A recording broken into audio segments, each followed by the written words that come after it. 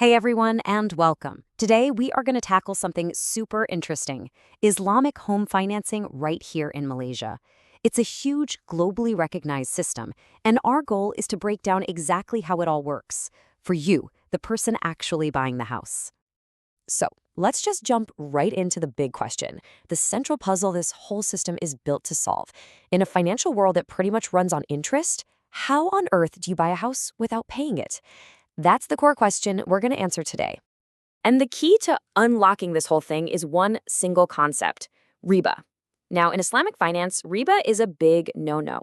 You can think of it as any kind of unearned profit from a loan, which, let's be honest, in our modern world is basically interest. Avoiding riba isn't just a suggestion, it is the absolute foundation of everything. Okay, so if a bank can't just hand you a pile of cash and charge interest on it, what do they do instead?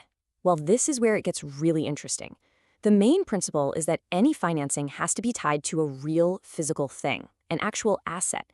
So instead of a simple loan, the bank gets involved in a real economic activity with you.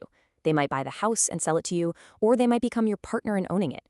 It's a huge shift from just lending money to actually trading and partnering in real assets.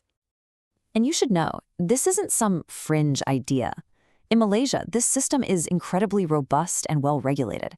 It's overseen by the Sharia Advisory Council of the Central Bank, and it lines up with major global standards.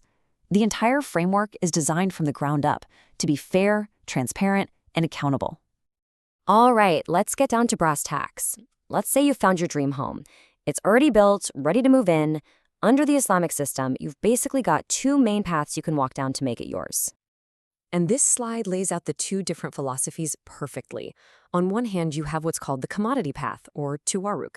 Its main goal is to get you the cash you need in a compliant way. On the other hand, you've got the partnership path, or musharaka, which is all about the bank and you owning the property together. They're two totally different ways of thinking, leading to very different outcomes. So, how does this whole commodity path actually work?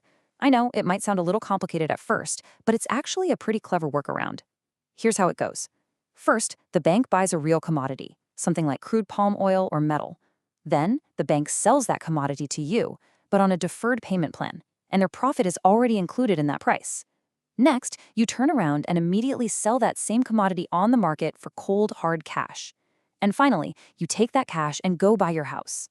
It's a chain of real, legitimate trades, all designed to get you financing without it being a traditional loan. So you might be asking, why all the extra steps? Well, honestly, because it works, and it's efficient. For the banks, it's simpler to manage than some of the other models. And for you, the buyer, it gives you price certainty. You know exactly what you're going to pay over the long run. That predictability is a huge reason why Tawaruk is so popular. Now, let's talk about that second path, the one that many people consider the gold standard, musharaka mutanakasa. I know the name's a mouthful, but the idea behind it is incredibly simple and, frankly, beautiful. Just think of it as a diminishing partnership. You and the bank team up to buy the house together. Then, over time, you gradually buy the bank's share from them, until eventually you own the whole thing yourself. Now, here's where this model gets really cool. Your monthly payment is split into two parts. The first part is basically rent. You're paying the bank for the portion of the house that they still own. But the second part of your payment is you actually buying a little more of the house, a little more equity from the bank. So with every single payment you make, your ownership stake grows, and the bank's shrinks until you're the sole owner. Okay, but what happens if the house you want doesn't even exist yet? What if you're building it from the ground up? Well, financing a property that's still under construction needs a totally different game plan. Yep, for a house that's yet to be built, you need a special contract called istisna. You can think of this as a manufacturing or a construction agreement.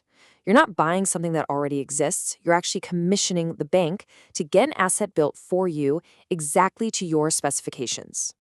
And what's really key here is that this is a three-party dance. First, you go to the bank and say, "This is the house I want built." The bank then turns around and signs its own separate contract with a developer to do the construction. The developer builds the house, and once it's done, they hand the keys directly over to you. The bank's role is to manage the financing and the payments along the way. So we've gone through the how, but what about the why? Why would you choose one of these options? Let's step back for a second and take a really balanced look at the pros and cons and the things you really need to consider. The upsides are pretty compelling. First off, transparency. The bank's profit is laid out right at the start, so there are no hidden surprises down the line. It's asset-backed, which just means your financing is tied to a real, physical thing. And maybe most importantly for your wallet, these products are really competitive. The pricing is often right in line with conventional loans. But of course, you gotta look at the whole picture. One thing that can be confusing is that the final profit rate often looks a lot like a conventional interest rate. The key difference is philosophical, where that number comes from. Also, the paperwork can definitely be more complex because you're signing actual sale or partnership contracts, not just a simple loan agreement. And there's this growing conversation in the industry pushing for even more genuine risk-sharing models. Models where the bank is even more of a true partner, sharing in the ups and the downs. Okay, we've covered a lot of ground, so let's boil it all down to the single most important idea. What's the one thing you should really walk away with from all of this? And here it is. This is so much more than just a clever way to avoid interest. It's a completely different philosophy of finance. It's about shifting from a system based on debt to a system based on partnership and trade. It's about reconnecting the world of finance to real, tangible things and creating a shared purpose between you and your bank. So I'll leave you with this question to think about. If your relationship with your bank wasn't a lender and a borrower, but a true partner on your journey to owning a home, could that fundamentally change the way we all think about homeownership itself?